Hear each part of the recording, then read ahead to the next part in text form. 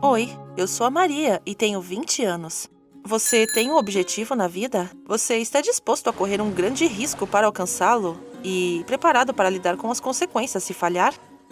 Assista ao vídeo até o fim e descubra como eu literalmente perdi o meu rosto na busca pelo papel dos meus sonhos. Certa vez, me deparei com um anúncio para elenco. Eles procuravam por atrizes para um vídeo sobre a adaptação social. Um papel coadjuvante, mas todo mundo começa por algum lugar.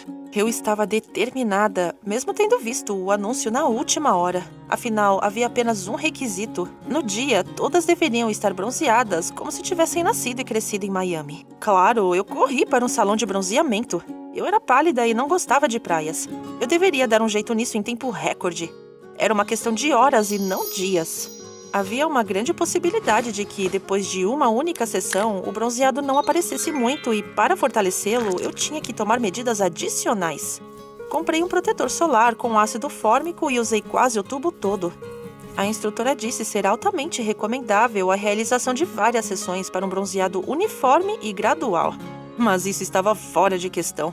Faltavam poucas horas para a seleção. Então, eu fui convencida de que alcançar um bronzeado intenso de uma vez poderia ser perigoso em uma pele clara e sensível. Para ser honesta, era um pouco assustador, pois a minha pele era realmente muito sensível. Eu queimava instantaneamente ao sol. Minhas mãos já estavam começando a descascar. Mas eu não voltaria atrás. O sonho era maior do que todas essas circunstâncias. Então eu tinha que parecer arrogante. Eu era uma atriz, afinal. E dizer que era eu quem sabia melhor o meu tipo de pele e o que fazer com ela. Eles acreditaram em mim, mas a discussão me tomou muito tempo. Você já sentiu que a cada respiração você se atrasa ainda mais? Eu fui para a seleção direto do salão de bronzeamento, olhando para o meu relógio às vezes. Claro, o táxi ficou preso em um engarrafamento, justo quando eu precisava me apressar. Como se não bastasse, estava muito calor. Se eu não estivesse com tanta pressa, eu poderia ter torrado sem precisar ter ido ao salão. Não tinha como respirar, especialmente dentro do carro. E então, seja pelo tempo seco ou pelo nervoso, meu corpo inteiro começou a coçar terrivelmente. No começo, eu pensei que esse protetor solar com ácido fórmico deu uma reação e eu só precisava suportar a coceira, mas só piorou. No final, eu não aguentei e cocei o meu rosto. De repente, senti algo estranho debaixo das unhas. Olhei de perto e percebi que era pele. Havia pedaços enormes de pele sob as minhas unhas. Ao mesmo tempo, havia manchas escuras na minha mão. Peguei um espelho e quase fiquei cinza de horror. Eu parecia um dálmata. Lá se foi o elenco. Quem precisaria de mim com essa cara? Graças a Deus eu trouxe a bolsa de maquiagem comigo. Eu cobri as manchas brancas no meu rosto desesperadamente, mas o engarrafamento ainda não se movia.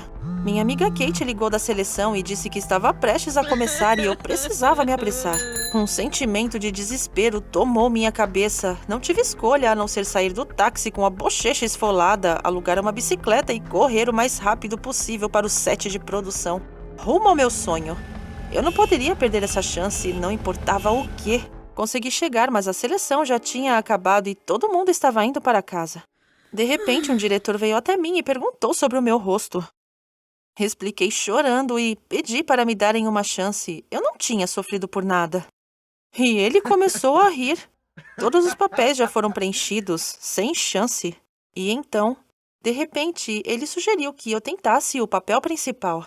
Bem, eu tinha problemas de pele agora. E, de acordo com o roteiro, a heroína tinha problemas com seu rosto. E ela usava uma máscara de papelão.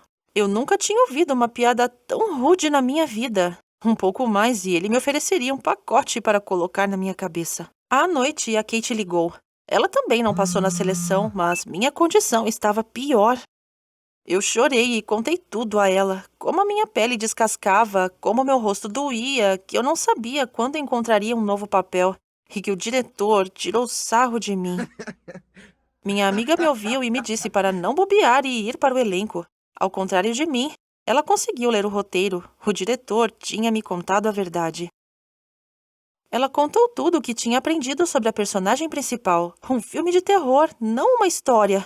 Eu estava com medo de que eu também pudesse ter uma doença séria. E se eu ficar incapacitada? E se isso nunca acabar e eu não for mais atriz? Me despedi da minha amiga ao telefone e fui ao banheiro tomar um banho. Um monstro sarnento olhava para mim do espelho. Ele não tinha rosto. Apenas listras manchadas, resto de pele e arranhões ensanguentados. Coçava muito. Ficou muito pior do que estava pela manhã e piorou tão rápido. Eu não estava mais somente chateada, eu estava aterrorizada. Eu corri para o médico. Você já sentiu que todos os seus problemas foram esquecidos porque algo ainda pior aconteceu? Esse era o caso. Eu estava com tanto medo que não pensava em como as pessoas me olhavam na rua e me esqueci do fracasso da manhã. O médico me acalmou. Não havia um acidente, mas eu literalmente queimei a minha pele e tinha que ser tratada por muito tempo. Me prescreveram uma longa lista e fui proibida de tocar o meu rosto. Ainda ardia e depois de aplicar as pomadas ficou ainda pior. Eu enlouqueceria antes disso terminar. Tentei me distrair, então peguei papelão e tinta. A arte cura a alma, certo? Eu me perguntei o que eu poderia fazer com aquilo e lembrei das palavras do diretor. Recortei uma máscara rindo histericamente. A Kate, em resposta a uma selfie que eu mandei, me aconselhou a ir na próxima seleção. Foi uma piada, claro, mas então eu me perguntei se eu queria mesmo ir. Por um lado, era a chance de conseguir o papel principal. Por outro lado, eu mesma fiquei enojada de olhar no espelho e na câmera. Eu queimaria de vergonha. Pesquisei fotos de pessoas com doenças de pele. Dizer que fiquei chocada ainda seria pouco. Se eu estava com tanta dor que mal conseguia me distrair, imagina como elas se sentiam. Elas viviam assim. Eu temia que as pessoas apontassem os dedos para mim. Mas eu esqueceria em um mês. Mas eles conviviam com isso. E na infância? Como elas iam para a escola? Crianças podem ser tão cruéis. Então eu percebi que eu queria estar naquele vídeo. Essas histórias precisavam ser contadas e já que eu tinha sido chamada, eu tentaria participar dele. Na verdade, eu fui para a seleção com uma máscara de papelão. As pessoas olhavam para mim e riam. Mas não porque eu era uma aberração, era muito mais fácil assim. Talvez a heroína do filme sentisse o mesmo e usasse a máscara idiota para controlar a situação? Claro, a máscara teve que ser removida durante os testes. O diretor ficou em choque. Ontem não estava tão ruim. Eu dei tudo de mim e consegui o papel. Eu realmente queria acreditar que não era só por causa do rosto, mas também por causa do meu esforço. Eu estava muito feliz comigo mesma e então eu ouvi o diretor fazendo piadas com os maquiadores, dizendo que eles nem precisariam me fazer uma maquiagem de dálmata, menos trabalho para todos. Que canalha! Eu me senti como uma leprosa de novo. Decidi beber água e me acalmar um pouco. Tentei pensar na minha personagem. Ela conviveu com engraçadinhos a vida toda. Ela era orgulhosa e corajosa. Eu poderia fazer isso também. Esbarrei em uma garota com um chapéu de abas largas. Bati no chapéu e ele deslizou para o lado, revelando seu rosto. O que eu vi parecia um espelho. Não o rosto em si, mas a sua condição. Na verdade, a pele dela era muito pior do que a minha e eu não queria mais olhar para ela. Mas ela não conseguia desviar o olhar. Era maquiagem ou algo assim? Na verdade, ela era a Lucy, a personagem real da história. Ela concordou em participar das filmagens para ter certeza de que sua doença seria descrita corretamente. Ela já tinha sido informada sobre mim e queria se familiarizar. Eu só acenei com a cabeça, ainda a olhando como uma boba. Felizmente, ela não se ofendeu. Conversamos por muito tempo e a Lucy me apoiou muito. E, de repente, ela disse que era mais difícil para mim agora. Ela estava acostumada a ser ela mesma, mas eu tinha medo do rosto dela e do meu. Eu tinha muito no que pensar. Fui para casa sem máscara e as pessoas me olhavam. Quando passei pelas vitrines, eu notei um chapéu de aba larga no manequim, quase idêntico ao da Lucy. E, claro, eu comprei. Não para entrar na personagem, mas para tomar o seu exemplo. A filmagem foi bem sucedida e eu aprendi a ignorar a falta de tato do diretor. A minha pele tinha melhorado bem a tempo para o lançamento do vídeo.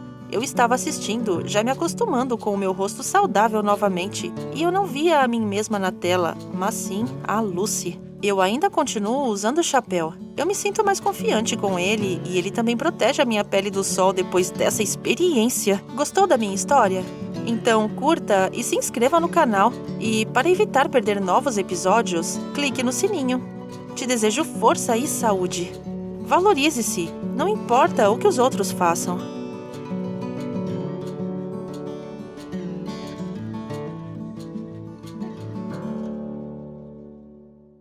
Doente? Você tá falando sério? Sinto muito, mas você tem 1 ou 2 meses para viver. Continuou o médico. Comecei a me sentir tonto. O médico disse que eu tenho uma doença grave e na maioria das vezes ela é transmitida sexualmente. E se... Eu saí da sala furioso. Então eu peguei essa bosta da minha ex-namorada? Que otária! Eu fui fiel a Suzy, mas parece que ela me fez de corno. Com as mãos trêmulas eu disquei o número dela no meu celular. Você acabou com a minha vida! Gritei. Como você pôde não me dizer? Suzy disse que meu palpite estava certo, que ela não tinha arrependimentos. Você foi egoísta e teve o que mereceu, acrescentou ela e desligou. Quase joguei o maldito telefone na parede. Então dane-se, vou ficar bêbado e ir até o Pete para celebrar o início do meu fim. Pete é o meu melhor amigo, mas somos diferentes. Nós queríamos ser atores, mas só ele conseguiu sobreviver às finais, e eu fui expulso. Agora ele está no teatro, e eu nem hobby tenho. Pete ficou feliz que eu tinha ido. Ele gosta quando a gente assiste stand-up juntos. Mas dessa vez eu estava farto, e aí comecei a falar da doença e da Suzy. Todas as mulheres são iguais, eu disse. Se a Suzy fez isso comigo, por que ela não vai fazer com os outros? Pete disse que eu estava falando bobagem e que não posso fazer isso. Mas bem, ele não entende nada. Ele é saudável e bem-sucedido. Acabamos tendo uma briga e Pete deixou escapar que eu não era mais o amigo dele. Bom, vá se ferrar. Fui pra casa e desmaiei.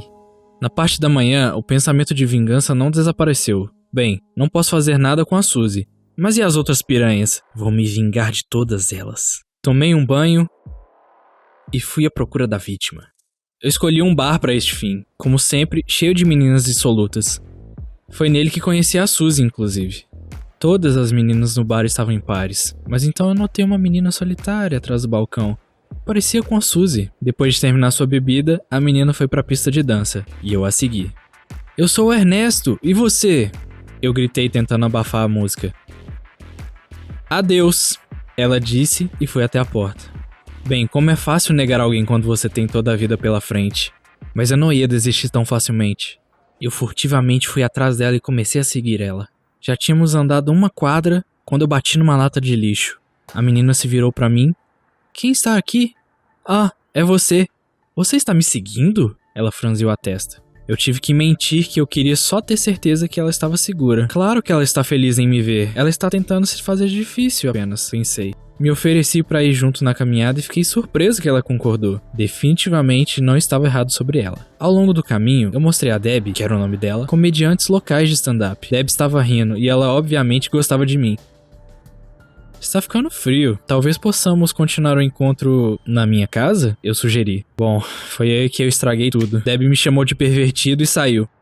Quem é ela? Tá se achando especial? Eu não tenho tempo para esses jogos. Eu posso morrer amanhã. Eu alcancei ela e brinquei sobre o assunto, dizendo que Debbie poderia escolher o lugar para o próximo encontro. De repente, ela me chamou para a biblioteca.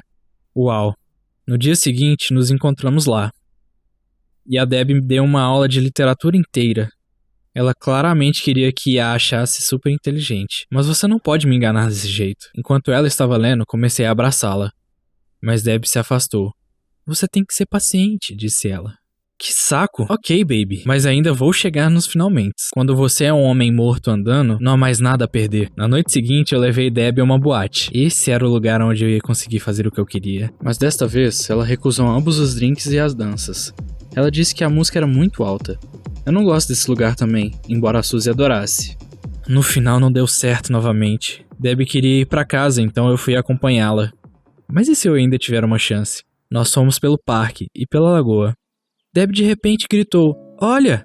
Tinha uma libélula sentada em um lírio de água. E daí? Bom, até esse inseto estúpido vai viver mais tempo que eu. Mas Debbie estava feliz. Ela disse que libélulas são seu hobby. Ela ficava me dizendo o quanto ela as admirava. Elas são tão difíceis de apanhar, quase como o seu amor verdadeiro. E tristemente sorriu. Debbie admitiu que não costumava ir para bares. E quando nos conhecemos, ela saiu pra ficar bêbada por conta de seu ex-namorado, que a traiu depois de 5 anos de namoro.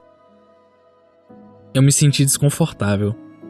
Debbie não parecia ser tão frívola quanto eu pensava. Estávamos dando tchau em sua casa, quando de repente, Debbie pulou pra cima de mim e se aproximou. Ela ia me beijar. Eu pulei pra trás assustado. A Debbie não entendeu nada e eu só fugi.